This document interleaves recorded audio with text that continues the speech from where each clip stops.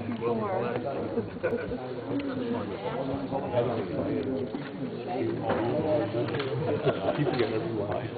funny how you see them outside of there.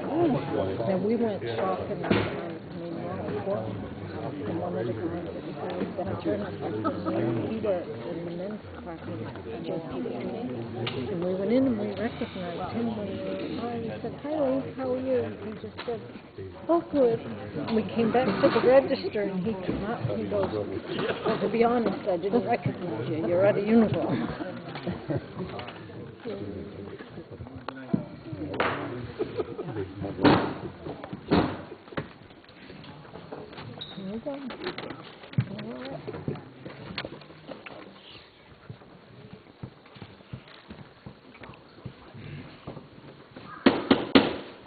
We'll bring the Selectmen's meeting for October 28, 2013 to order. First order of business is approved minutes from the last meeting. I have a question. Yes. Okay, looking at the paragraph, third one down, old business,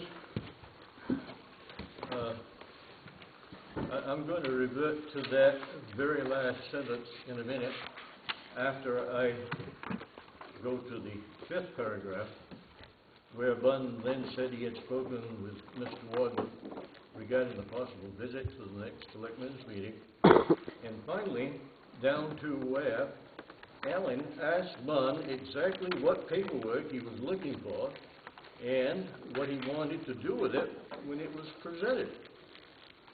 Bunn felt Jim should come to discuss this with the selectmen, as he did not feel that the treasurer knew what they were supposed to receive. That's true. But also, looking at that last sentence of the third paragraph, John Tibbetts asked why Alan was opposed, and Alan told him that changing the figures did not mean that the report was accurate. I also made reference in that fifth paragraph, which should have been included, that I wanted Mr. Wadman to balance those two. Right. You people remember me saying that? I don't. You, Jim? Well, I remember you. I don't know about just exactly that, but... Yep. What I wanted was a balance of the two, and I believe it was on tape.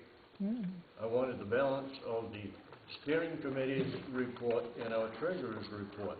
That's not in this minute. Because I don't remember hearing that. Would you like to hear the tape? Yeah, I'd have to, because I don't remember that. Could that be done later? We'd have to get on YouTube, I guess, and watch it and see. Well, I have a tape at home. Okay. That's just to make the record correct.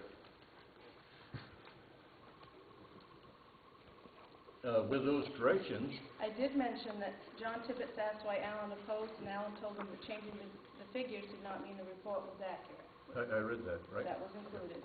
Yep. And I wanted Alan to understand that those two did balance.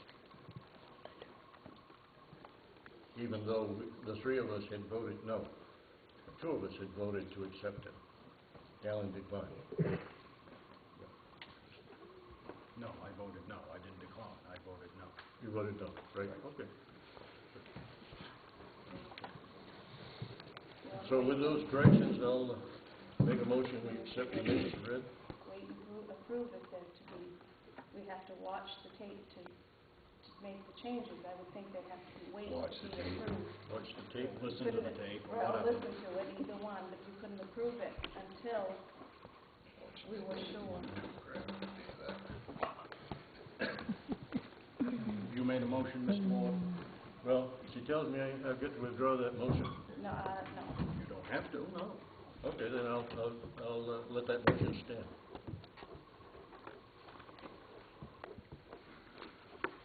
My second. Been moved and seconded to accept the minutes with the corrections Mr. Ward mentioned. All those in favor? 2 in favor, 1 opposed. Financial. Before the warrant, $128,743. Warrant of $45,074.42. Oh, wrong one. Sorry about that. Color ones throw me off. Before the warrant, $108,055.28. Warrant of $61,968.63. Payroll warrant of $649.84, leaving a balance of $45,436.81. Next item, old business. James Wadman, CPA, per Selectmen's request. Mr. Wadman. Good evening. Good evening. The floor is yours. The floor is mine. Okay. I received a call from Bun several weeks ago and said he was going to bring it to upcoming Selectmen's meeting to ask me to come and report on the birthday committee, the steering committee report as that compares to the records maintained in the town office. And so approximately a week ago, I contacted the town office and I contacted Fund to make sure that those records were going to be here so that I could do such reconciliation. In the meantime, Bund brought those records to my office, which allowed me to work on those beforehand. I brought them back with me tonight. I was given two reports. One, I believe, was prepared by Nancy, and another prepared by the steering committee, and reconciled those two reports. The activity in those reports agrees. I was brought these 5 or 6 folders here. They contain supporting documentation for receipts and disbursements, and they appear to be in good order. And I do have a few questions as a result of reviewing this material, which I will direct to the selectmen to either answer for me or pose those questions to whoever may. I assume there are members of the committee here this evening that might be able to answer those questions. The treasurer is here. Okay. So I took these reports that were brought to me and the supporting documentation that's in these folders. Okay, there were invoices to go along with the expenses. There was a nice receipt prepared for turning money over to the office, and Nancy would sign those receipts, and then I could trace those into the town's general ledger. The first thing that came to my attention was in April of this year, there was a petty cash request for $700. And in July, there was a $264.71 turned back in. So the first question I posed was, well, what happened to the difference? And I didn't see anything in this material. And I had worked on this on Friday.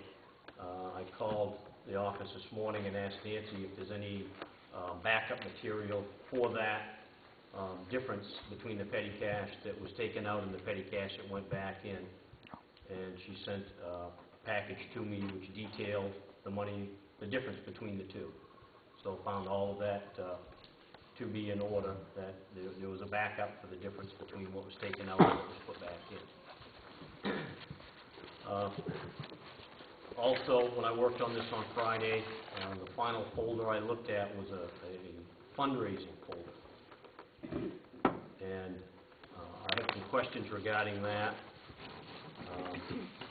I made copies of some cover sheets that would have invoices and other documentation attached to them for various fundraising activities.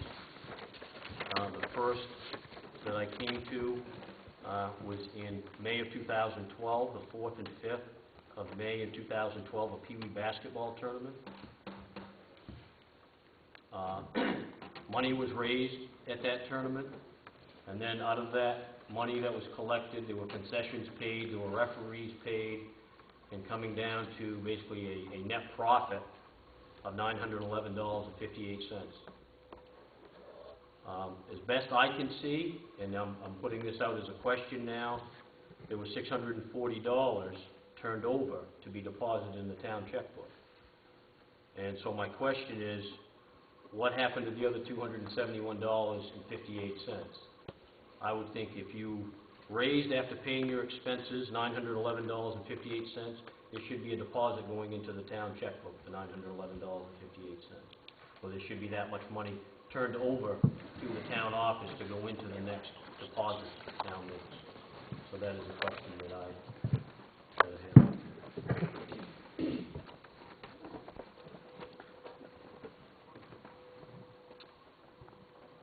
That would have to go to the committee.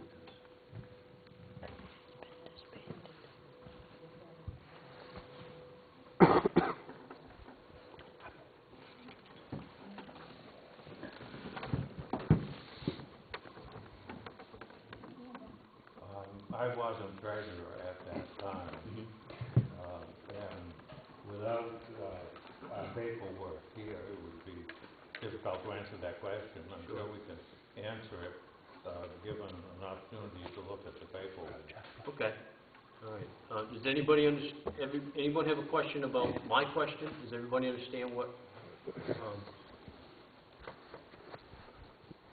where I'm coming up with this question? And basically, I looked at each of these fundraising little packets that were in this particular folder. And the next was a roadside cleanup. And that was on May 19th of 2012. And the amount of money raised was just $62.66 from that. There was some donations. There was a battery returned, if I remember correctly, for probably a core charge. Some returnables were collected. It looks like somebody even donated some returnables, if I remember correctly. Hopefully they kept them in the bags. They didn't dump them on the side of the road. They could pick them up. But again, $62.66. I can't see where any of that was deposited or turned over to the town in that particular case. There were some expenses for this particular fundraiser. There were some pizzas purchased and some ice. And it said, beside those expenses, it said, expenses paid out of cash on hand. And so that would tell me, number one, there's cash on hand. And I don't understand why there's cash on hand. I don't understand. If you are raising money for your committee, why is that money not being turned over and put into the town checkbook? And then when you pay bills, those bills, why are they not put on a warrant and paid? Why is this separate cash being kept for the committee? At that time, Mr. Wadman, we were operating as committees in this town have operated in the past under the assumption that we could keep some of our money for the incidentals that were needed for the various fundraisers, because every time we had an event, as you've seen, we had to purchase things. Okay. If it was a Pee Wee basketball or a roadside cleanup, there were certain things that had to be purchased, and we maintained our own petty cash balance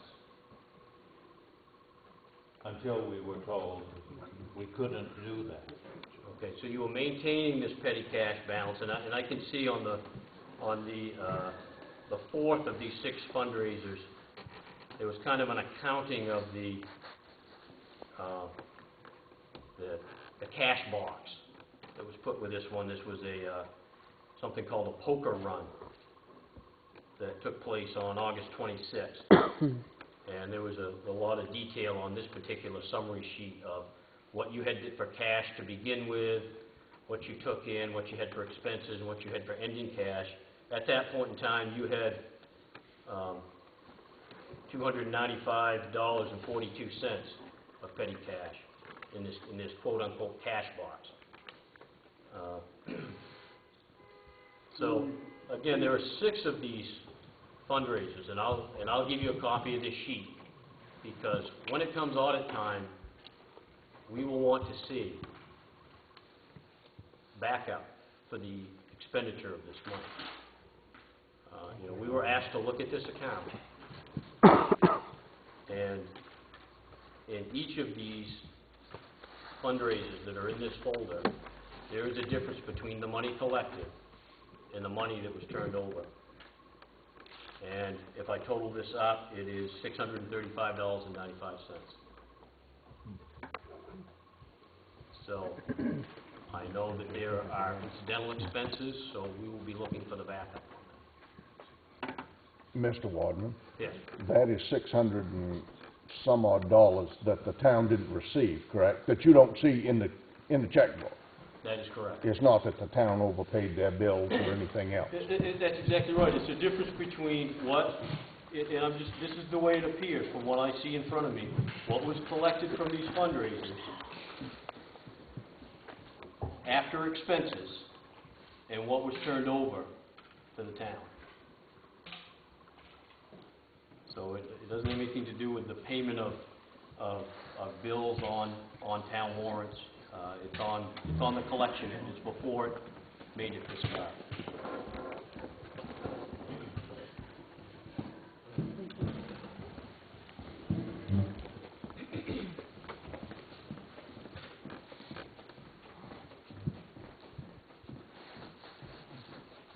And so I'm not saying there's any fraudulent activity. I'm just saying we will be looking for an explanation by the end of the fiscal year, when it comes time to do the audit. And that we can certainly have for you. This committee has worked under extraordinary circumstances, the like of which no other committee in the history of this town has had to work under.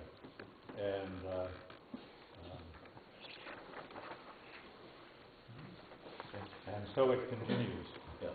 And the only other thing in this package, in the expense folder, the expenses fell right in order through the middle of June of 2013, and I didn't see invoices after that point in time. You probably still have them. They just were not in part of the materials that Bun brought to me.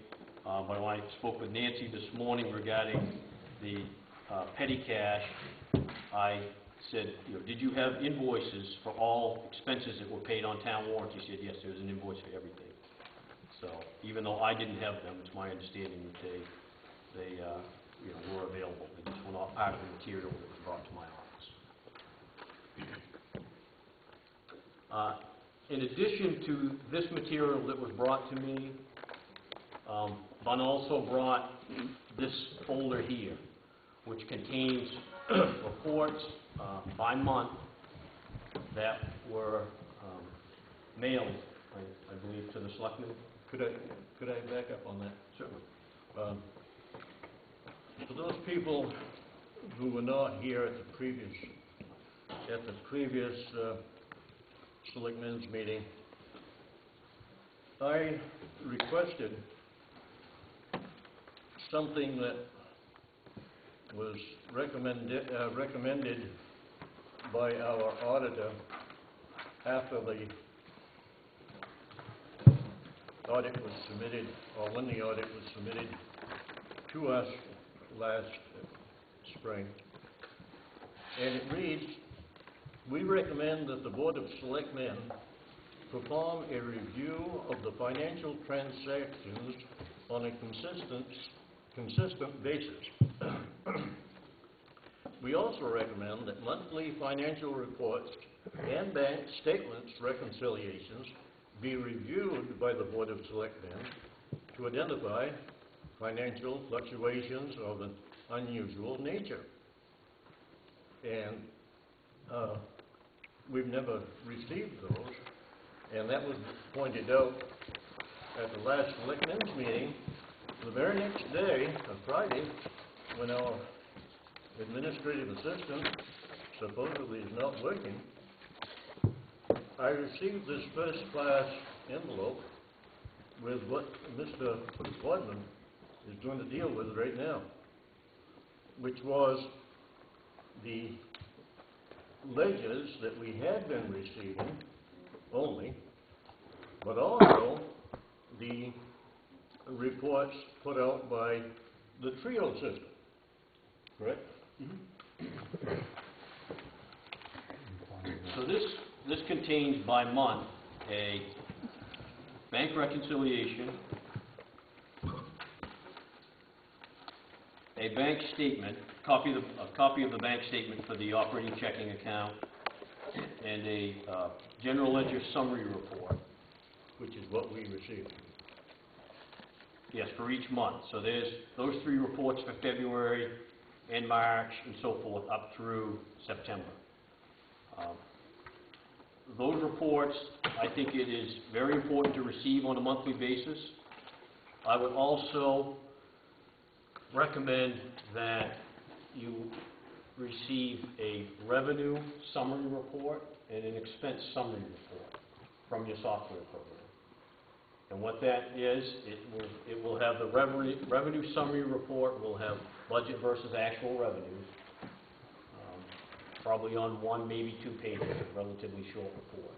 Show all the revenues the town has taken in year to date, again, budget versus actual. The expense report is the same type of report for on the expense side, and it might be 5 pages.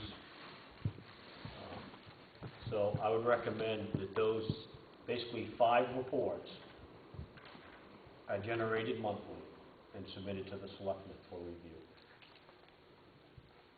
Is this the first time you've written that in a letter to the selectmen? That recommendation? That recommendation, I would have to check. I don't know.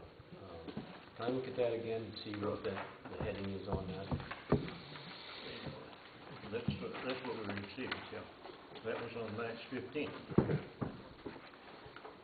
Because I have Mr. Wadman's letter from 2010, where Mr. Wadman recommends you receive the same report. I have it from 2011, and I have it from 2012. This is something that's been requested of the selectmen for many, many years. So it's been at least So the last this isn't 4 a years. This is not a new development, would be my point. And this is part of a comment on segregation of duties. So the town of Columbia Falls, like any small town or even any larger town, is going to lack segregation of duties. Unless you have a full office staff with several people there and you're splitting up all kinds of duties, you are going to have people doing many things.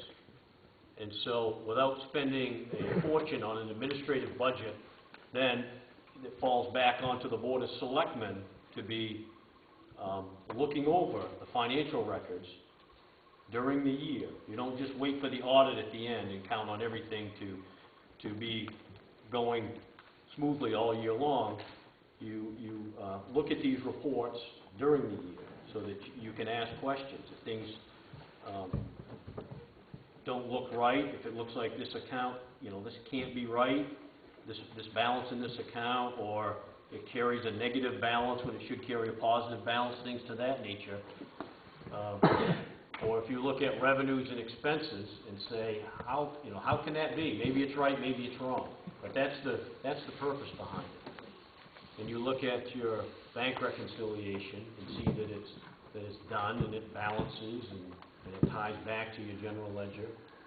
And again, that's what it comes down to, and that's why you need that oversight from the Board of Selectmen, because you don't have several people working in the office, and you don't have a trained accounting staff with CPAs or people that have accounting degrees and so forth doing these functions, and obviously for control, for protection. That's why you do this. So it's part of that comment, and you know, as Nancy has mentioned, it appears it's been there for at least 4 years. Mr. Chairman, Yes. may I ask a couple of questions? Sure. I'll ask them of Mr. Ward because he's the one that appears wanted this. I'll start in order. Now, the steering committee, it seems to me about 3 meetings ago, when you left here that night, you left us with all the assumption that the steering committee was way over $200 short that night. But yet, I wasn't here at the last meeting. I did watch it on tape. But you, after a $60 adjustment was made, you were okay with it. What happened with the rest of the money? That's number one. Number two, to take up what Mr. Wadman, what you just had Mr. Wadman look at, the recommendations and everything, if those have been in place since the beginning of your tenure, why jump on the bandwagon now and try to throw Nancy and Lenny under the bus? I beg your pardon. Why jump on the bandwagon now, Bun, and try to throw them under the bus? If you'd asked for that before, you probably would have got it. I've been asking for that ever since March 15th. I've been to a lot of selectmen's meetings, Buns, and I never seen you question it till last time, or the time before last. I questioned it from Nancy personally. I never questioned it at the selectmen's meeting until 6 months later, which I felt was an ample amount of time for us to deal with something that had been recommended on a monthly basis. But it had been recommended for 3 years before that, while you were on the board. No. Yes, it had been right in each town warrant. This is only my 3rd year. Yeah, and it's been on there for 4 years, and all I'm saying is, that evidently the last 2 years, you haven't bothered to ask for it. Because otherwise, you wouldn't have let 2 years go by. You're saying you just let 6 months go by. But anyway, be what it may, can you answer the other question I asked? I think so. I think I can. The $60 that both committees didn't agree upon, I guess, was a result of a check that was cashed, and then the treasurer, a check that was voided, and then the treasurer, our treasurer, the steering committee treasurer, made a mistake. Instead of debiting that check of $60, it was credited. Am I correct? Is that correct? And so therefore, once that correction was pointed out and made, that was $120. The remainder was Nancy had pointed out to me that an ice cream social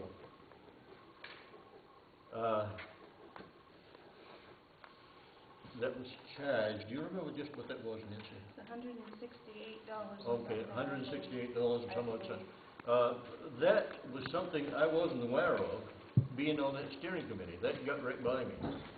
And I questioned that because I wasn't aware, and Nancy, I think, pointed out to me later that she had received that $168. Is that correct?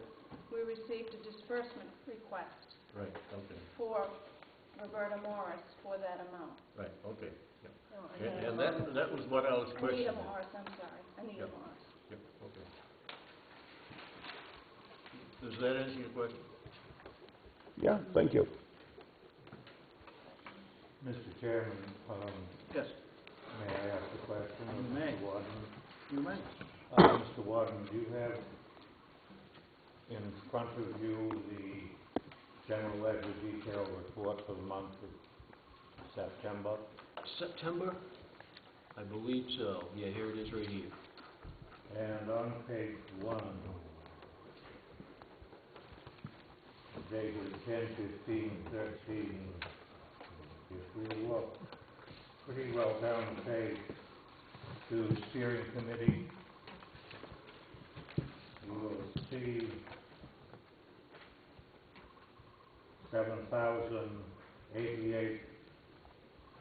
$886.32. Can you explain that to me? Well, I recognize that amount as the opening balance for the steering committee. In other words, that's your March 1st balance. The first day of the fiscal year. Yeah. That's your opening balance. So this is, you know, for a municipality, you can have numerous fund balances. You don't have just one. Like a business has just one equity balance, basically, but a municipality can have numerous fund balances. This is the fund balance as of the end of the last fiscal year, being the same as the first day of the new fiscal year. That is your opening steering committee balance.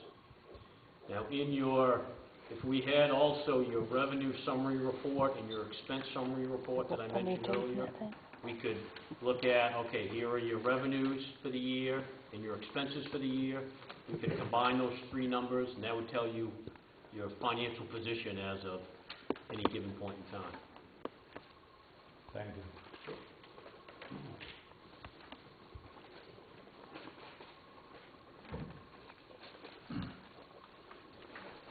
Mr. Chairman, Yes. I have a question for the board and Yes, Mr. go ahead. Wadman. As the chief and president of Pleasant Arraignments, I receive the management letters that go with our audits as well. And the point I'd like to make, Mr. Ward, particularly, is that that management letter is directed to the selectmen or to the management of the organization for which the audit is being performed, all right? Therefore, it is up to that board or that group to direct the people that work for them on what they would like to have for information regarding that, you know, or even if they choose to follow the recommendations that are given in that letter. Now, there are some things that, you know, like segregation of duties and things like that, that physically are not possible or financially aren't possible for a little town like us or for our ambulance service, and so we choose, as a group, not to follow some of those items that are listed in that management letter. You know, and it's his responsibility to make us aware of those items or those issues, but it's your responsibility to decide whether or not you're going to do that. Now, it seems to me that if that has been in the management letter for multiple years, which I'm guessing it probably even goes back before the letters that you have there, that the board has never, up until recently, given direction to the administrative assistant or the treasurer to produce those reports on a monthly or quarterly or biannually basis. So, you know, to make all of a sudden to say, to go along with what Ricky said, that, you know, that had you given as a board, you know, it's not just you individually, you only have the authority as a board to give direction to your administrative assistant to produce those reports. And has it ever been voted on in the selectmen's meeting to say to Nancy or to Lenny, on a monthly basis, we want you to produce these 5 reports for us to review? Has that ever been done? As a board, has it ever been voted on to direct them to do that? Not to my knowledge. In the past year, 5 years? This is my 5th year. I don't believe we've ever voted on it. Should be easy enough to find out. Go back and get your minutes for this meeting. It just seems to me that based on what's happened here, that that's never been done. You know, that if you said 4 years ago, we want you to produce these 5 reports every month for us to review based on the management letter from the auditor, if it was done after 2 months, you know, I guess Should have been questioned. should have been questioned at that point. You know, and if it's still never been a board vote to direct our treasurer or clerk to produce that paperwork, it doesn't work just Bun, you saying to Nancy, I'd like to have these reports once a month. It's, you know, it's gotta be the board giving direction as a group. And the last comment I'd like to make is a point of order on your minutes. It's pretty hard to accept minutes that none of us know what the amendments were to be voted on. So, I'm done. Thank you. Thank you. Any other questions? Charlie? This report is the information in triage, is that the name of the program? Trio? Trio, Is all the information in Trio and they just press a button for whichever report and the information is generated? Is that simple? Well, yes, essentially it is. It's, you know, as you collect money, as the punch town the collects information. money, Yeah. it's, you know, receipts are generated, they're categorized, the collections of money are categorized. When a treasurer's warrant is prepared to pay bills, those expenses are categorized, and so, you know, the activity, the day-to-day activity flows in that manner into the revenue accounts and the expense accounts and so forth, and they, of course, affect your cash account and taxes receivable and so forth.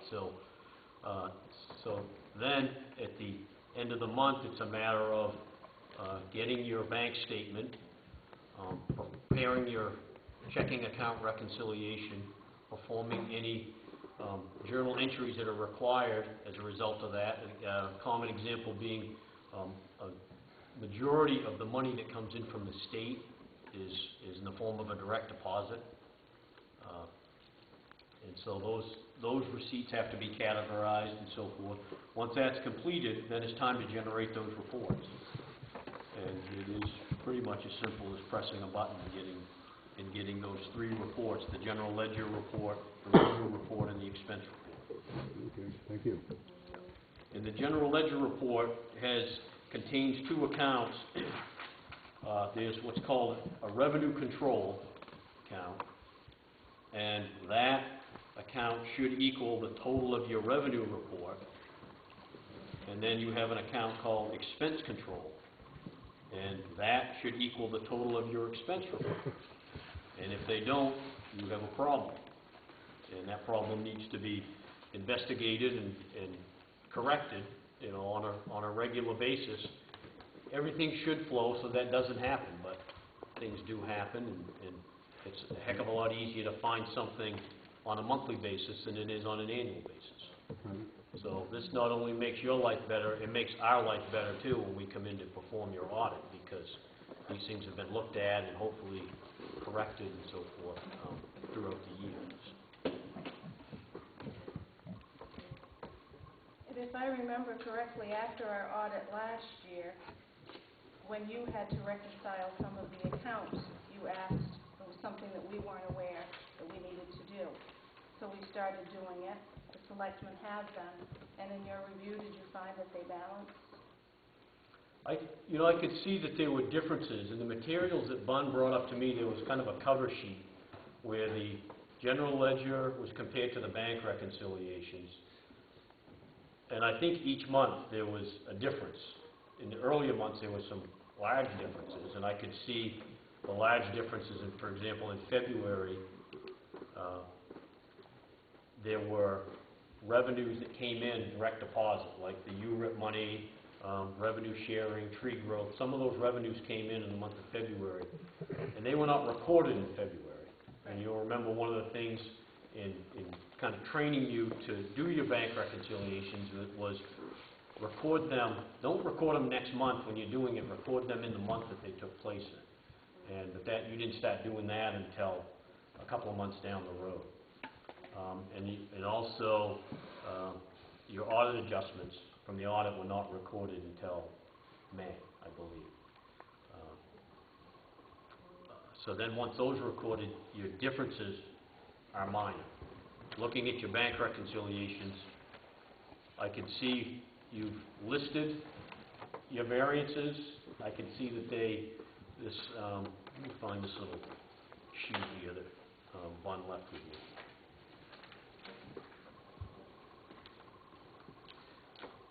this right here, and it shows, you know, after the audit adjustments are recorded, now in the month of May, you're off 4 cents, in the month of June, you're off $75.04, $149.28 in July, $79.74 in August, $272.72 in September. And I could see, looking at your bank reconciliations, that you had items listed that came up to those amounts, but I don't know what they are because you didn't really put any description with them. So it would be good to describe what the differences are. I mean, because obviously before we can complete the audit, we're going to have to know what those are and see that those entries get made. And we made note, for example, we had several bounce checks during the summer. We weren't positive, since everything goes through cash receipting, exactly how to handle a bounce check through the TRIO program. So we knew it was there, but it was just getting it to the right account. So that's why they were listed and have since been, you know, have been taken care of. Right. Okay. So a bounce check in an accounting system for a town can create a tremendous amount of paperwork. Let's say, for example, I pay my property tax bill with a check, and it bounces. So now you've gone into the software program, you've given me credit for paying my taxes, but now my check was no good. So it's like, all right, do we put this back in, we go back to the account, we put it back on, that Jim owes us the money that he wrote the check for? Or, my recommendation is, especially throughout the fiscal year, it gets trickier at the end of the year when you're cutting off and closing the books. But throughout the year, if I bounce a check, I give you the town a $500 check and it bounces at the end of September, for example. And you notify me, and so I come in October and I bring in $500 in cash and I say, here, I know you don't want a check from me anymore, here's cash. So my recommendation is simply do a separate bank deposit for that bounce check. And now we had on the September bank statement, we had charge, and now in the October bank statement, what will show up is a separate bank deposit. You don't do a new receipt for me and give me credit again, because that's where things get all fouled up. You just redeposit that bounce check or the cash, whatever you pay it with. And then the charge and the redeposit offset each other. Again, when you get down to the end of the year and we're closing the books and we're generating unpaid tax list and everything that goes along with it, then you really have to go through the lengthy process of getting the accounts all right. But during the year, from month to month, that is the recommendation. It's the most streamlined way to handle it. Does everybody understand that, or have any questions on that? Because if you start going in and charging back what you originally gave credit for, if you start receipting again, a redeposit, but you didn't properly handle the bounce check, and then all of a sudden there's a credit balance on somebody's account, and they really should be at zero, or so. You know, this is throughout from month to month. That's the recommendation. So, yes. Do you charge that person what the bank charges you for bouncing the bank? So you're not paying that fee? Like the fee, I certainly would. Yes, yes. The town does. And then that fee for the bounce check would go into the general fund? That's right. It goes into a revenue account that gets closed into your surplus at the end of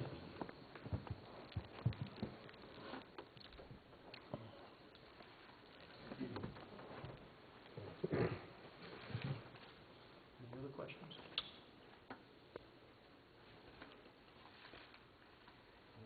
No other questions, all right? Just me.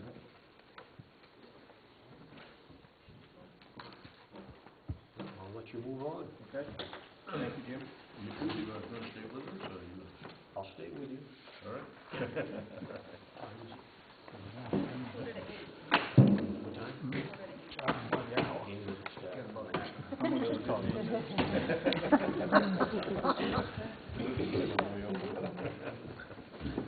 I'm going to take John ahead of Reeves Across America's bathroom. We got a chance to get a fire truck from Connecticut, from one of our customers at Pleasant River Lake. The fire truck has $57,000 worth of air packs on it, jaws of life, ladders, hoses, the tank, the portable tank that you set up, the dump tank, the 1997 truck, and they will deliver it here for $0. All we need is a exception of a donation from the town, and they would have to insure it before it was driven here. And unfortunately, they talked to Bennington first, but they don't use air packs, and there's a bunch of other stuff that they don't use. And if they do accept the truck, they have no place to put it. So they'll probably just strip off stuff that they want, and then the rest of the stuff could also come here. But just the air packs alone are brand new, they're $8,000 a piece. So if that's something we could get a letter for, and I know it's not much time, but if I could get a letter, and Bennington did not accept it, there's a free fire truck, and that's a lot of money. John, have you talked to Dave Thurham? Yep. What's his consensus? Speechless. It's free? It's free. Dan's all he wants it. Well, he is in Auburn. I talked to him on the phone. And I don't think Bennington will take it because they took that other one that we were going to get. And then they had no place to put it. But you know how much the jaws of life are.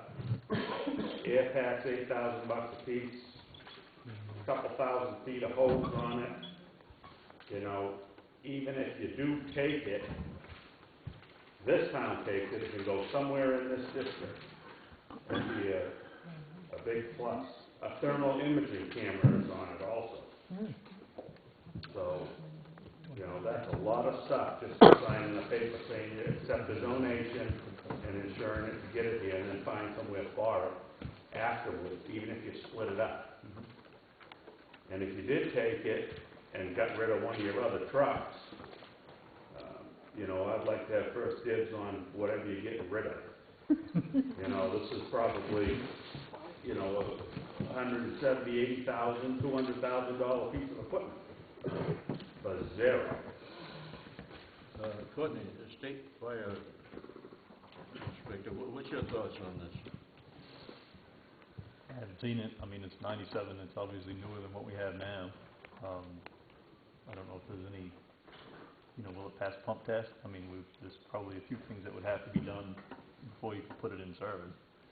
It's in a facility right now that's closed. It's being used. It can go to work this afternoon. It sounds, you know, knowing most fire apparatus, you know, it's well maintained.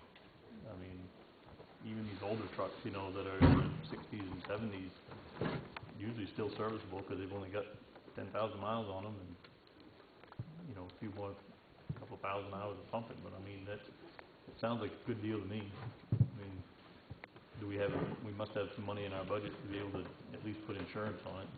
I can't imagine liability would be too much.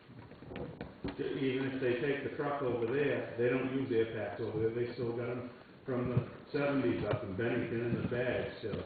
Bennington doesn't, you know, I'm familiar with them. They don't have anybody up there that's certified, air pack certified. It's their biggest issue, and John's right. They don't have a place to put it. They generally rely on, they have a pickup truck. It was an old Forest Service pickup truck that they use. Du Bois doesn't have anybody either. So that's why they've entered into mutual aid agreements with Cherryfield for all their structural fires in both Du Bois and Bennington. those two towns, Du Bois and Bennington, work together, and Bennington, Du Bois's department is full too, so they don't have a place to put something like that. Sounds like a heck of a deal to me, I mean. 57,000 bucks. Is that something I could get a letter to give this guy to bring home with him? He's leaving in 2 days. I'll make the motion then that we authorize John to do that.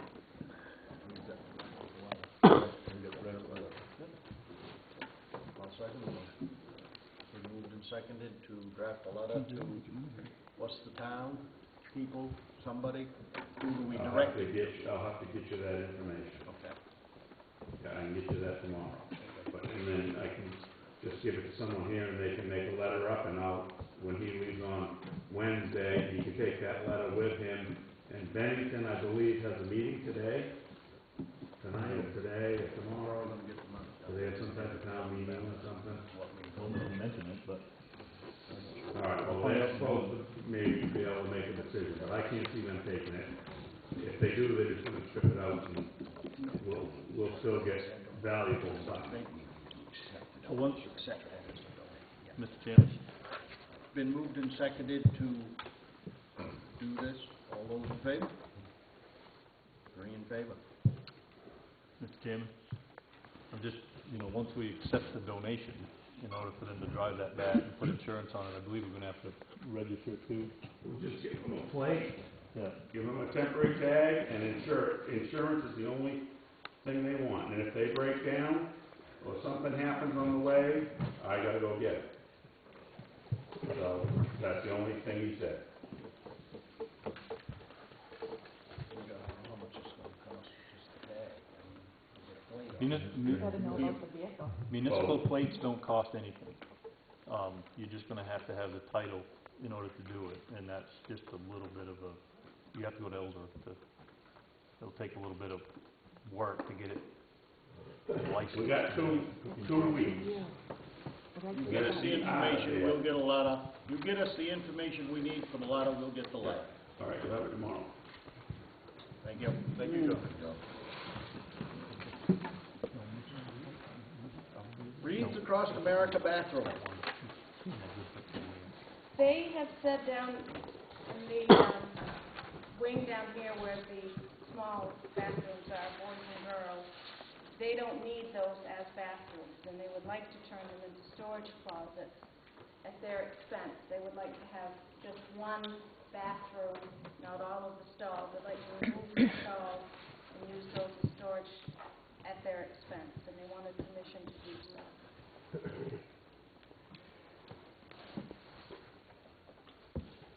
are your thoughts? Should you probably do that? I don't think we'll ever need the bathrooms again, or anything. All right, I'm open to a motion.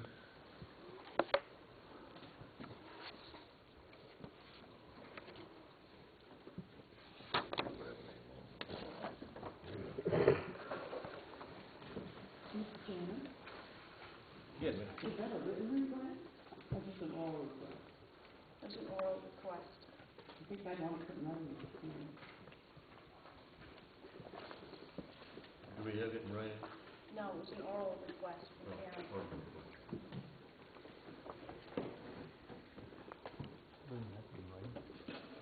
Should we have a paper trail on that? Probably should.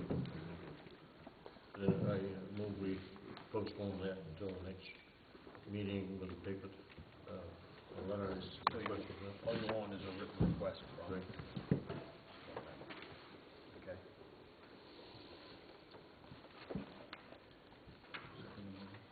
Second motion. Been moved and seconded to postpone that decision until the next meeting with a written request. All those in favor? 3 in favor, none opposed. Approved minutes from special town meeting. Didn't take long to post them. They were rather brief.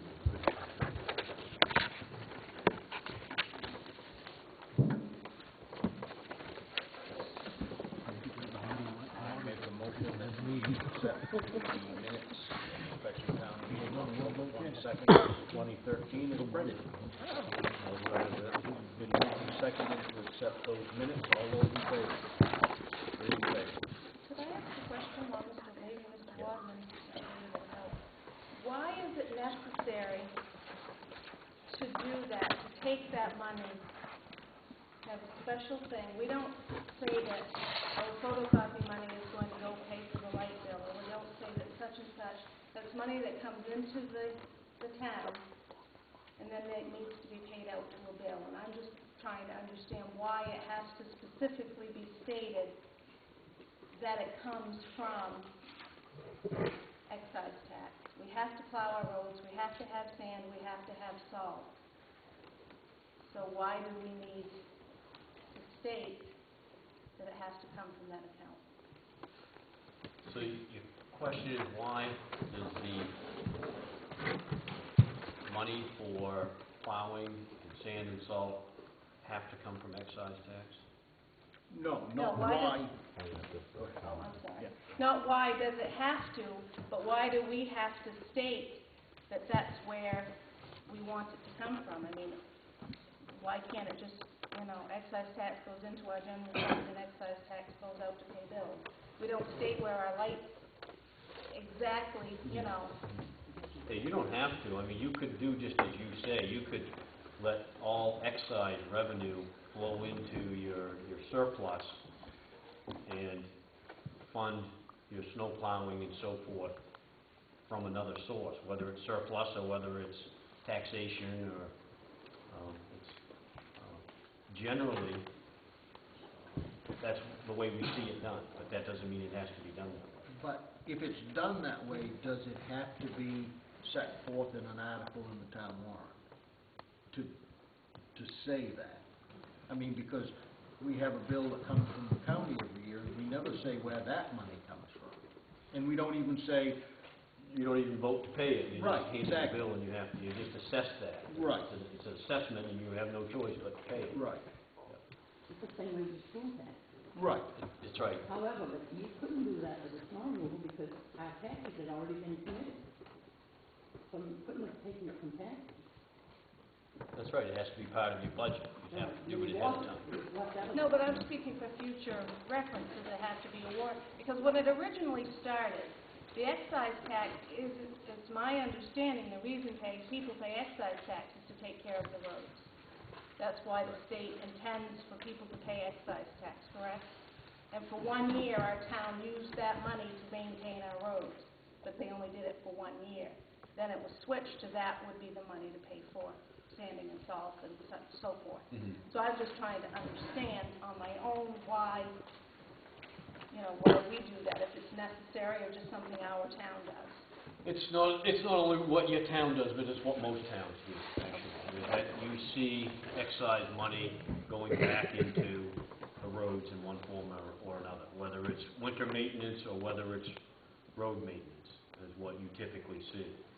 You'll commonly see boat excise tax be used for,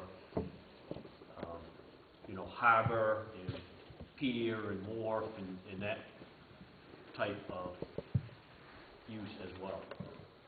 But it isn't always that way. The town of Trenton for years and years used excise tax for administration.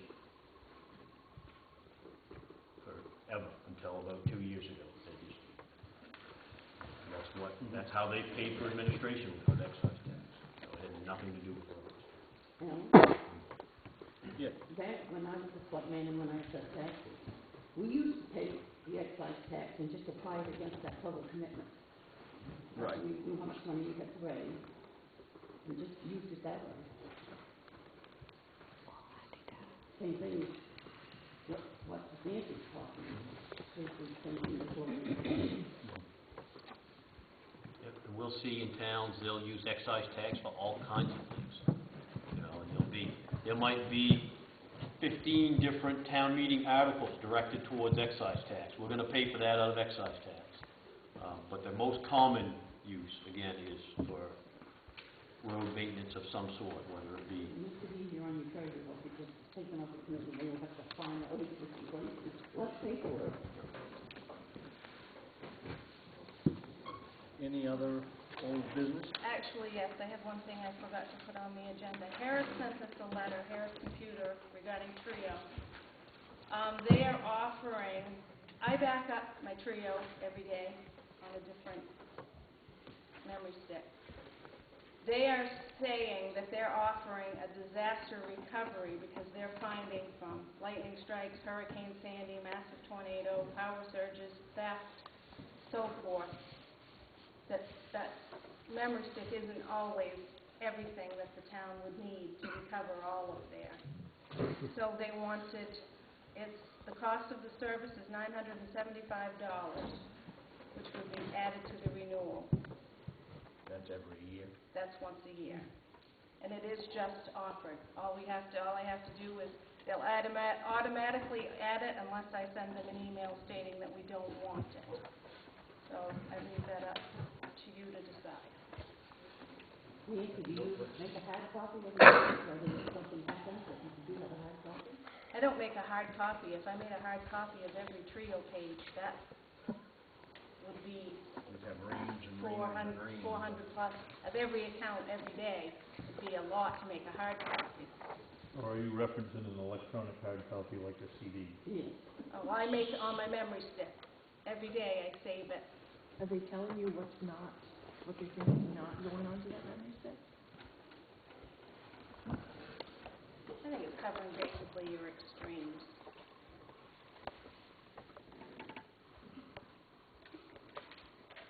Especially mission-critical data such as financials, billing, and payroll.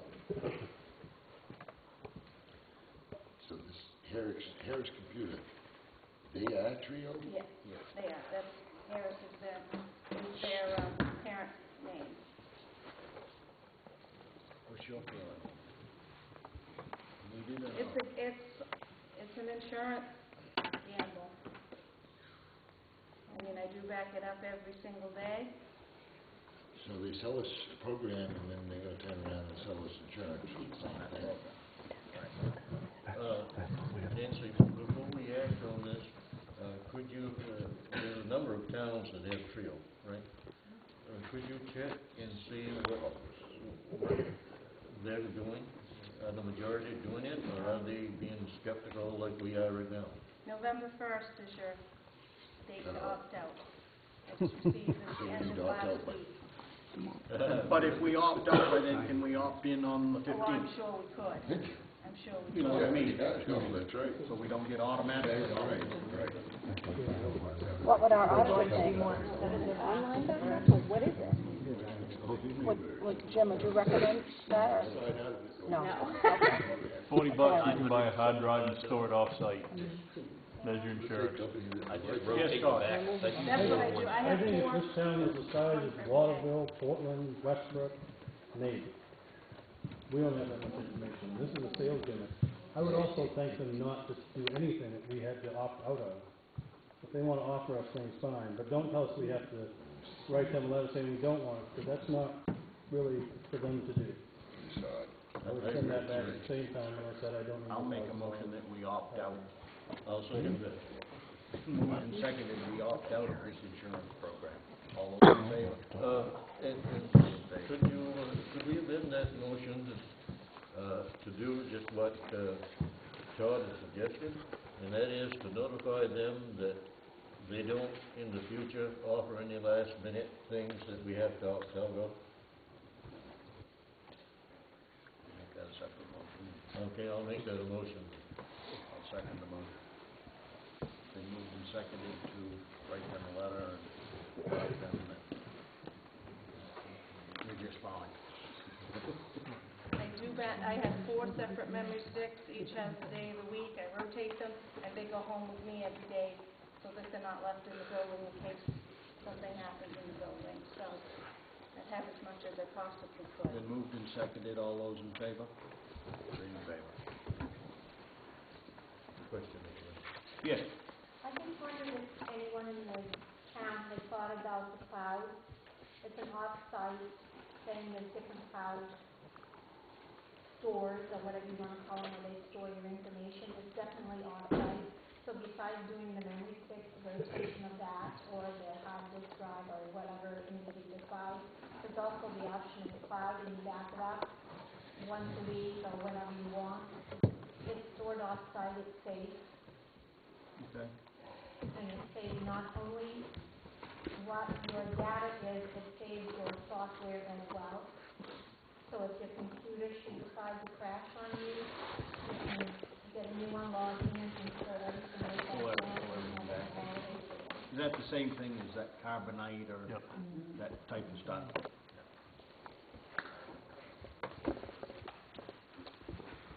Any other old business?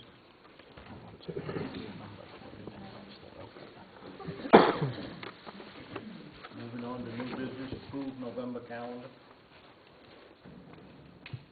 You've got to add in a meeting day. Our regular scheduled first meeting falls on Veterans Day.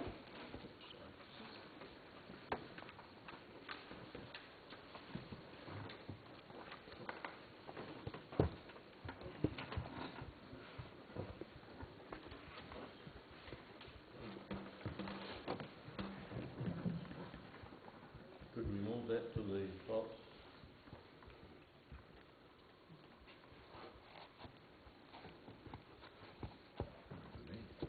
On the meeting.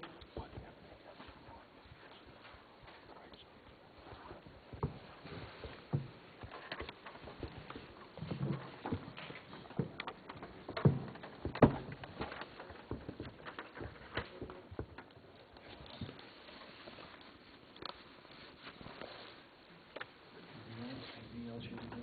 No? I make a motion that we approve the November calendar for 2013 with the addition of the Selectmen's meeting on the 12th, at 7 o'clock. I'll second that. Been moved and seconded to approve the November calendar for 2013 as Selectmen's meeting on the 12th and the 25th, both at 7 o'clock. All those in favor? 3 in favor.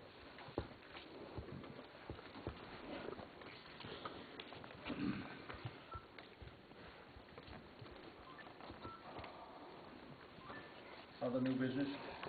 Yes, I have other new business. As Courtney has pointed out, for at least 5 years that we know of, we've been negligent on accepting our auditor's recommendations. Right now, we have 5 recommendations in front of us. I'd like to make the motion that we accept those recommendations and act upon them in the future. I'll second that. Been moved and seconded to take the recommendations of the auditor and have those printed and given to us every 2 weeks or once a month? Once a month, right? Second meeting or first meeting? I would think Is it it's now? better at the end of the month, wouldn't it? The end of the month? Okay. Wouldn't it, Nancy? It would have to be, by the time the bank statement comes in and we reconcile, it's like for September, we won't get September's Until the bank first meeting statement in... until, right, so that you'd have to allow time to get your statement and reconcile. So I would say, like September. November's, you get at your November 12th meeting, and for October, you get at your November Right. 12th meeting. So we should do it the first one. Yes. Sounds good. Question, Moved and Mr. Chairman? seconded. All those in favor? Just, yes, question. Yes. Are there additional, the way that motion's worded, are there additional recommendations in the management letter beyond producing just those 5 reports Mr. Wadden outlined? Good point. I mean, I'm sure there are.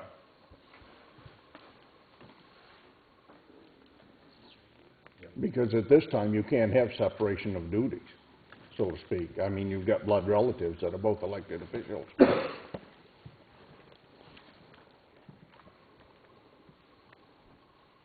All we're acting on in this motion, those 5 reports, correct? Those 5 These recommendations. are 5 recommendations, though, Oh. not 5 reports. So you mean to say 5 reports? 5 5 reports. recommendations. I will He said the recommendations in the management letter.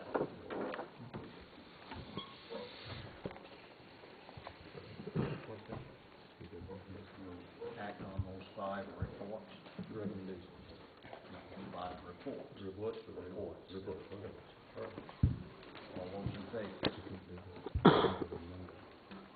favor of acting on the 5 reports. And as of today, all of those reports have been made available to the selectmen. Mr. Chairman, Yes. could I ask a question? Yes. While Mr. Wadman is here, I'm sure he has the answer. Yet, from anything that I have been able to read, a warrant has to be accepted during a meeting of the selectmen, to be voted on, in other words. Now, is that correct?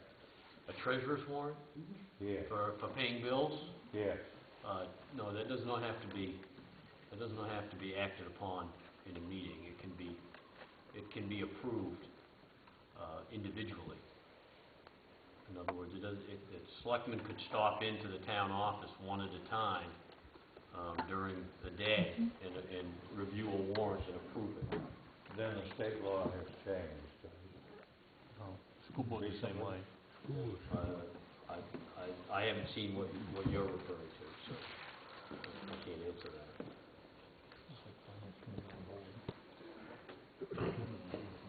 Any other new business? Yes, the selectmen just received this to the Columbia Falls Selectmen, a recommendation from the Memorabilia Room Committee, date October 28, 2013.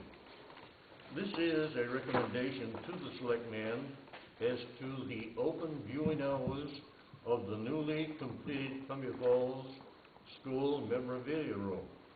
This recommendation is prepared for you with consideration for preserving artifacts and history of our schools for generations to come. Many people have donated their time, energy, money, and artifacts to this 3-year project. And we recommend the memorabilia room to be open as follows.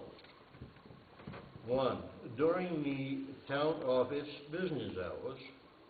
2, during the hours the town library is open. 3, during town meetings when they are held in the municipal building.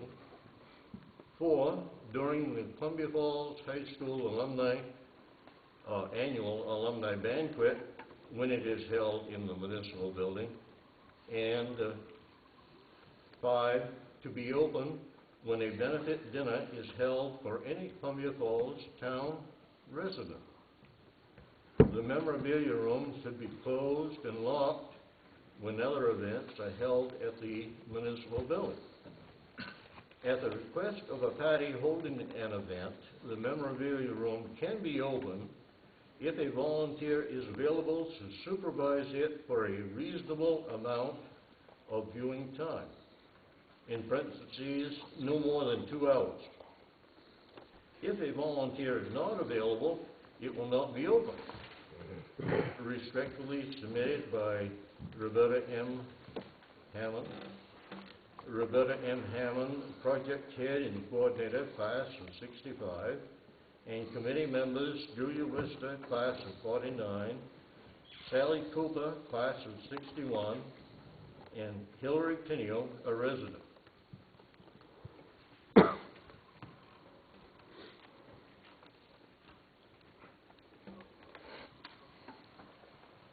I ask a question? Yes. If it's to be under supervision during events, does that mean I'm responsible for supervising it while the town office is open? If I'm the one to open it and it's available to the public? I didn't understand the question. If it is to be supervised during other events, am I responsible for supervising it when the town because it's not supposed to be open unless it's supervised? No, Am I I never said that. It's when the town office is open, it's people drifting in and out. just to be open so that if somebody comes to the town office window to do business and they decide they would like to go in and browse, they're more than welcome to. I would think that's not too much. I just asked if I was responsible. No. Thank you.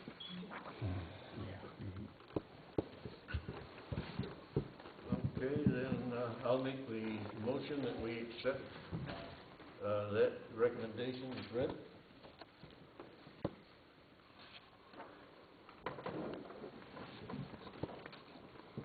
There's a copy there for everyone.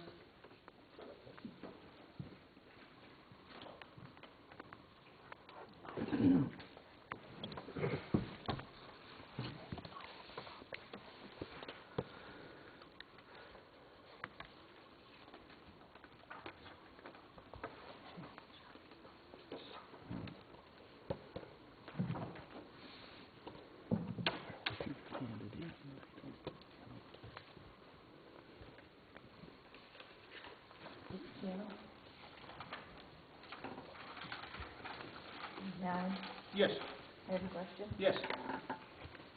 Who coordinates the volunteers and finds out who's available and gets back to whoever? Whose responsibility is that? I'd be happy to coordinate volunteers if that is something I'd be requested to do.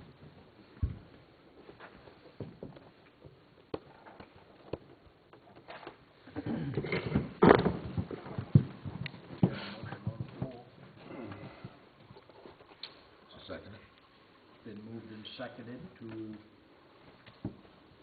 accept the recommendation from the memorabilia room committee as printed. All those in favor? Two in favor, one opposed. Motion passes. Mr. Chairman, I have one more question. Yes, John. And while Mr. Wadman is here, I would suggest to the selectmen, and it may be that this should happen anyway, but since the 150 committee has been held to such unusual scrutiny and aggravation from its very outset, I would suggest that the selectmen would want to approve a motion saying that all committees of the town be audited each year and subject to the same rules that you have established or implied for this committee.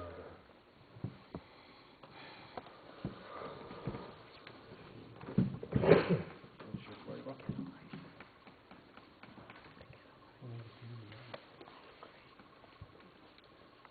Would you like that motion, John? Mr. Chairman, Yes, sir. if I could make a suggestion, perhaps, just like a cashier, there should be things set into place where anybody who's on this committee understands right from the start what their duties are, how to handle cash. You don't go buy peaches, that the money comes back to the town office. Would you repeat that? I have hearing problems. If you set up procedures for any of these committees whereby when they come on board, you pass them a paper, an outline, whatever you've got that says, any and all monies need to be accounted for, all the money comes back here, for instance, whatever you think necessary in order to set in your controls. It might not need the audit. They all need to be treated the same. Yeah, they do, but you need controls set in place first. If they don't know how to do it, we need to tell them how to do it first, so that they have a set way to do things. So that when the time comes, if you're going to have an audit all the time, he's got his information the same as he gets it from the town. Yes, Mr. Charlie. Chairman, what is the cost of this one audit? I mean, this gentleman doesn't work for nothing. he's not sitting here for nothing. If each committee is required to have an audit, they won't make any profit at all. Is there a fee for the day? Damn right. The smile says everything. And the game is on and the price is going up all the time. Mr. Chairman, Charlene is right. There should be a policy. And, Mr. Warden, if I may, do you normally audit committees in the course of your annual audit? Yes. To the extent that I was requested to do this, no. But I was requested to perform a specific examination of these records for this committee. Normally, it would be much more of a test than it was in this case here. But yes, the committees of the town are audited as part of the audit on an annual basis. This, their expenses are subjected to the same amount of testing as anything within the general operating fund of the town. Yes. So excuse me, I just follow up on that for a minute. I wasn't suggesting that there be a more or less forensic audit that you've been asked to perform on this committee, because chances are the other committees will be better trusted in the future, and will know that they have to follow rules that have been set up by the selectmen.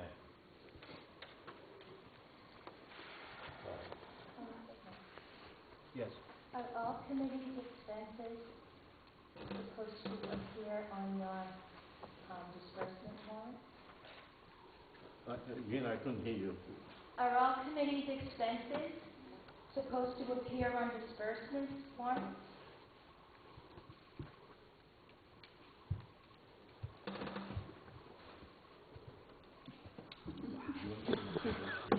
Are you asking me? Yeah, I'd like to answer. I'm just curious. Yes.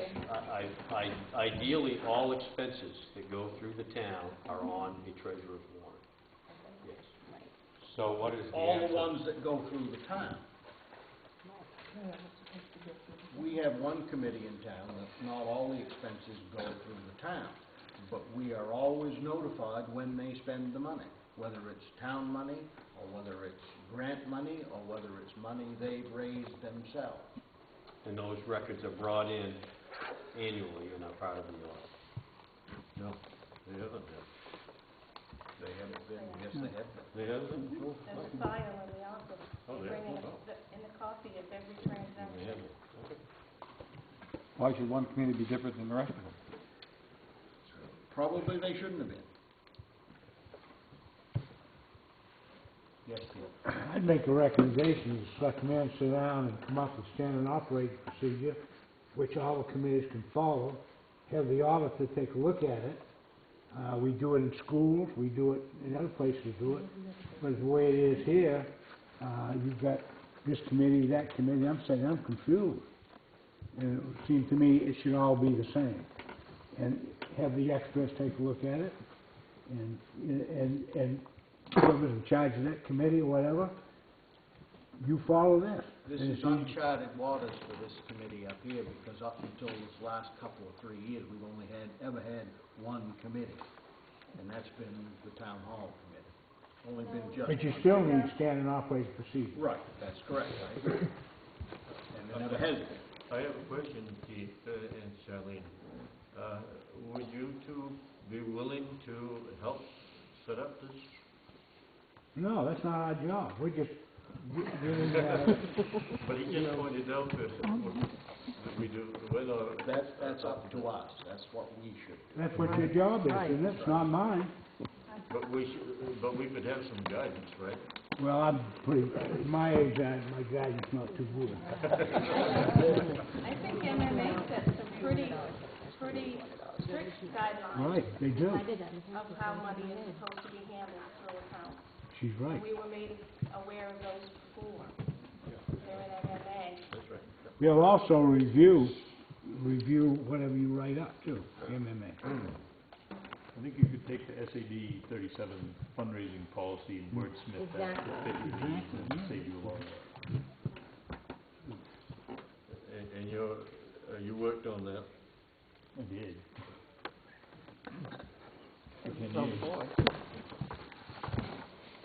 Question about petty cash.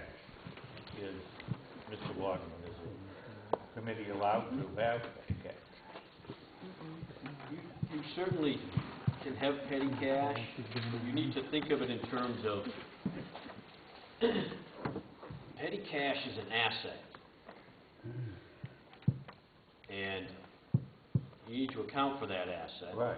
And so if you have a function, whether it's a basketball tournament or something where you're selling concessions, and you need some money for change or to pay officials if you're having a basketball tournament, whatever the case may be, then you take out the necessary amount of petty cash for that event, and at the end you turn in, after that event, you turn in your remaining petty cash along with supporting documentation for what was expended.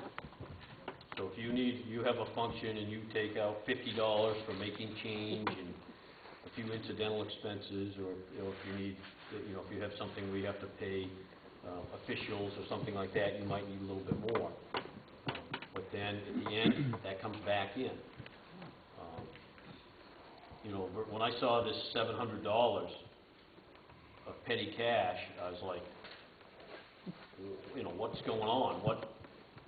I could already see that there was cash in this cash box, and now we're going for another $700. Why do you need this kind of cash? We had a celebration coming up, and we had numerous expenses that we felt we would need to pay. We turned some of that cash back to the town, but we felt we needed to be able to pay the bills in order to put on the kind of celebration that the selectmen had charged us with creating. And in the beginning, we simply made our own petty cash, from proceeds that came in, as committees had done in the past. Then we were told by the town that we shouldn't do that, that we couldn't have petty cash. So we turned everything in. And then, in a meeting with the treasurer and the chair of the selectmen and myself, we came to the agreement that for the celebration we did need some cash, and at that point we had $700 in cash. And again, that was very well accounted for. But you just understand, as an auditor, as I'm going through these records, and I see all of a sudden here was $700 petty cash. It's like, what do you need $700 for that you can't write a check for? Well, because the town can't just simply write checks. We have 2 warrants a month. Shouldn't you have a receipt though? Like if you had to go buy something, you should have a receipt. Right. So that would be your documentation. That's exactly right. And so a committee would be expected then to go out and use their own personal money.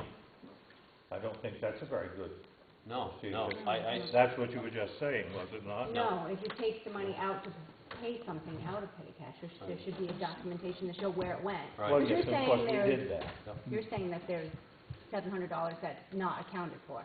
No, No. the $700 was perfectly accounted for. Oh, okay. But initially, I saw $700 going out. Okay. I saw $265 coming back, Oh, okay. and I said, I'm hoping there's documentation for the difference. The difference, right? Yeah. Okay. And I requested that, and I got it, and it was fine. These other fundraisers that took place, there was all of that money, from what I can see, was not turned in. Some was retained in a cash box, and it's not all there, so I'm expecting to see documentation for that money that was spent. earlier in the year, before this $700 drop Oh, took okay. place. Mr. Chairman, the 150th Celebration Committee, they raised funds over, I'm guessing over a year, they were raising funds.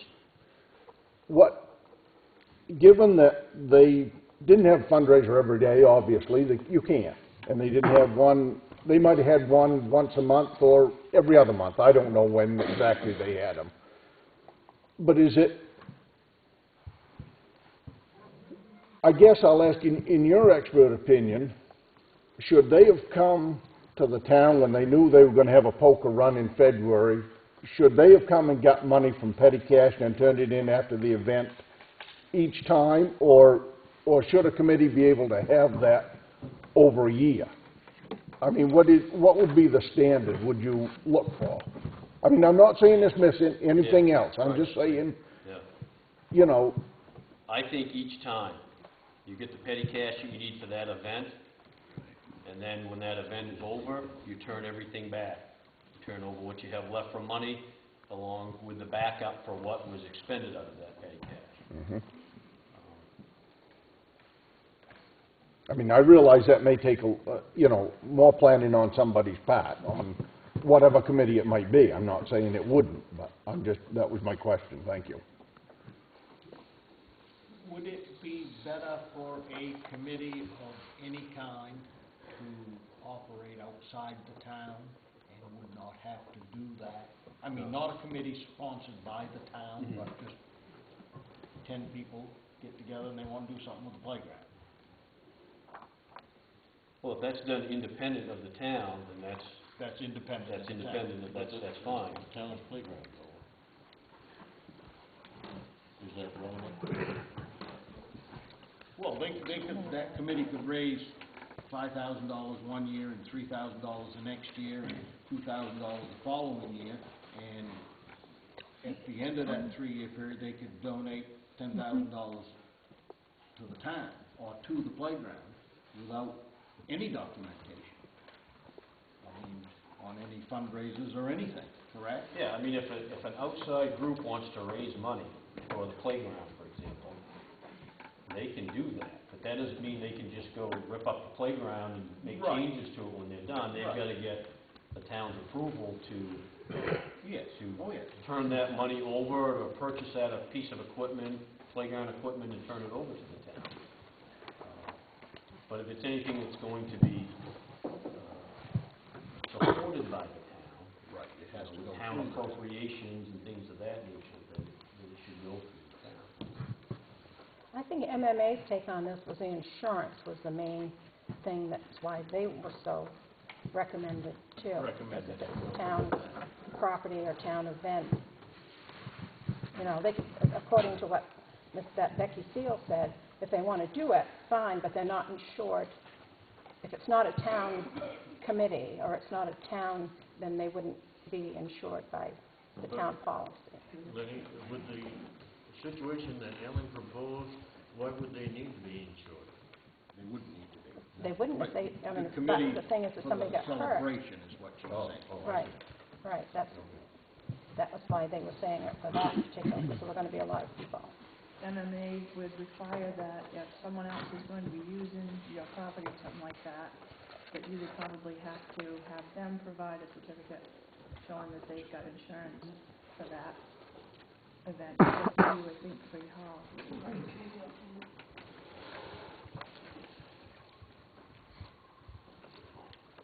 Could I just, for clarification, depending on whether what we find in the notes, it was either Mr. Ward or the board that asked for this audit. Correct? I'm not going to go on record saying I voted for this audit. I didn't. I voted on something else on October 10th.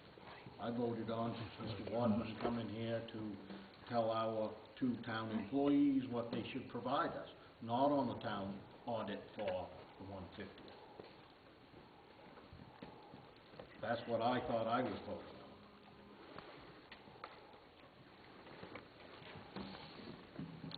Any other new business? One thing very briefly. We've been receiving quite a few emails and received a nice letter today from people praising our town for accepting the tree from Bar Harbor. There's been many, from Minnesota to Georgia. Received a call from California today. Somebody wants to donate to Reeves to help pay lights for the perpetual tree. Tennessee, many retired individuals who are very thankful for the town of Columbia Falls, would like to come visit, and would like to spend money in our town. So I've been sharing some of them on our Facebook page, and I've given you a copy of the ones. I'm just keeping track of them. Any other new business? Any officers want to speak? Mike? I just want to thank you fellows for coming up to the site of the someday future Sand Salt building tonight. I hope we could follow through with that, maybe by contacting the lady that they suggested, if I know what her name will have to slip by me now, in the Imperial Government. Judy East. Judy East, to see if there's any monies or loans available for that. We can get some information on the approval. We have Tony and I have a meeting, the 14th with Judy, and we can bring that up. Yeah, if you could mention it, just to see if we could get something.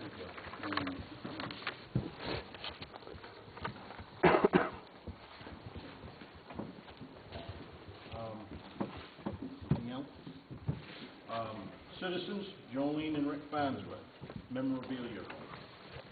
Jolene will go first, and I have it written so I won't take much of your time, but I would just like to say that I have never in the past felt the need to publicly state how I feel about the decisions that our elected officials have made. I have always felt and still feel that the people of the town elected them, and we should put our trust in them, that they will conduct the town's business and make the right decisions. Let it be understood that nobody is behind this letter telling me what to say or who to say it to. I am very capable of forming my own opinions, thinking and speaking for myself. I have always been very proud to say that I am a citizen of Columbia Falls. I have always felt that this little community has very much to offer folks from near or far that might be passing through or staying for a few days.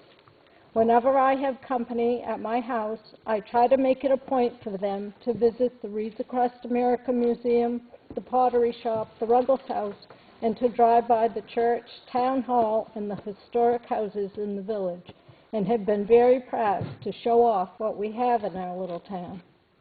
I am here tonight to address you in light of what took place at your last Selectmen's meeting.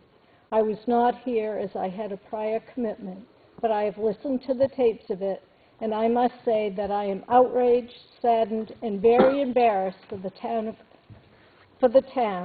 at the decision of the board to close the memorabilia hallway, and that's what it is, a hallway, off from the Wreaths Across America Museum on the day of the celebration. Sad is not a strong enough emotion to express how I felt when my family came here on Sunday to assist the United Methodist Women with the Wreaths Across America luncheon. There was a do not enter sign on the door to the hallway, and if that wasn't bad enough, there was a round table placed in front of it as a barricade. Do you really think people can't read? How very insulting and not very welcoming to people attending this event. I have been informed that it was done this way because the selectmen have not installed a lock on the door that was authorized over a year ago. That is exactly my point. Even if the lock had been installed and it was deadbolted and chained, all doors leading to the Wreaths Across America end should have been unlocked and open. Many veterans, some with canes and some with walkers, had to walk from the museum around the building and in the front, or worse yet, out the back and in the back door, when they simply could have walked through the memorabilia hallway. I think the most embarrassing and sad part of this for me was when Sir Stanley Wojciech, an 80-year-old POW, had to walk from the museum out the back of the building and in the back door. Really, people, is this how you welcome someone that served and sacrificed for our right to meet here in this building? If this town is so very proud of that hallway, and it is the town's hallway, then why wouldn't you want to open it for all to see? Even if people do not know any of the people or schools involved, it just might trigger an idea for them to do the same in their community. I have been informed it was the consensus of the donors to the hallway that the doors be locked when there is not a responsible person there to watch over things. Donors, since when do the donors set the rules? Is that what happens at the Ruggles House, Wreaths Across America, and other museums in our state? So if I donate something, I get a vote? So let me get this straight. Nancy is to keep the lights on and door unlocked when she is in the office, but she is not responsible for it. Lois Wister, the librarian, is going to unlock it on Saturday, but she is not responsible for it. So just who is? Yet, we were concerned that someone might steal something on that day, or God forbid, dirty the rug.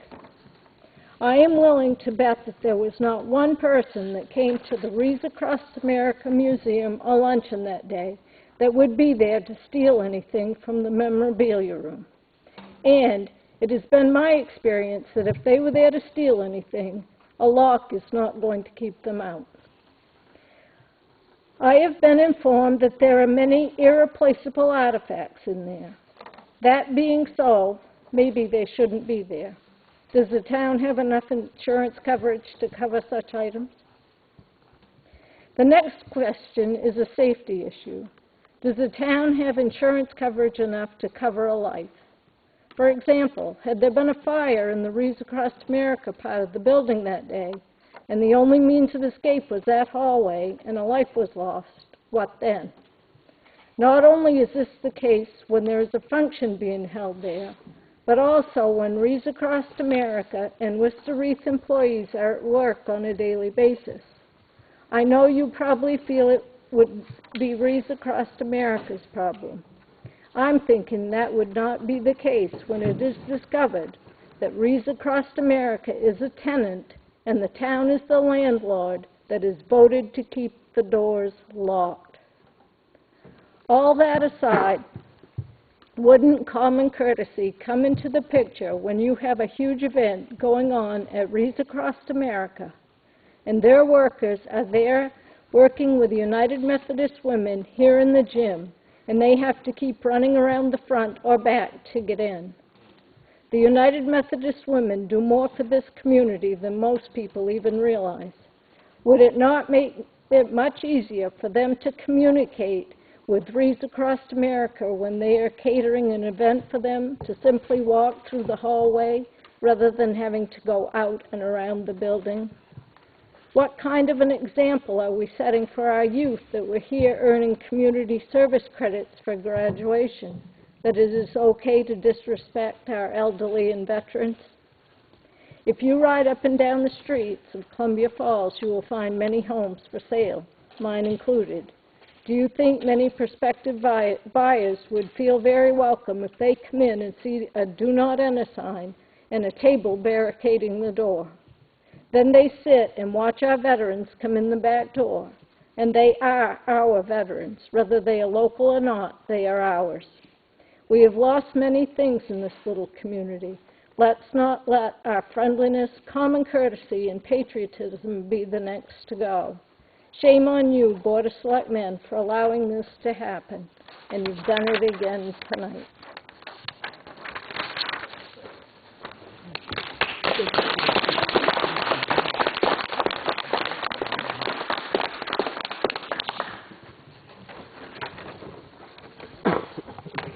Now it's my turn.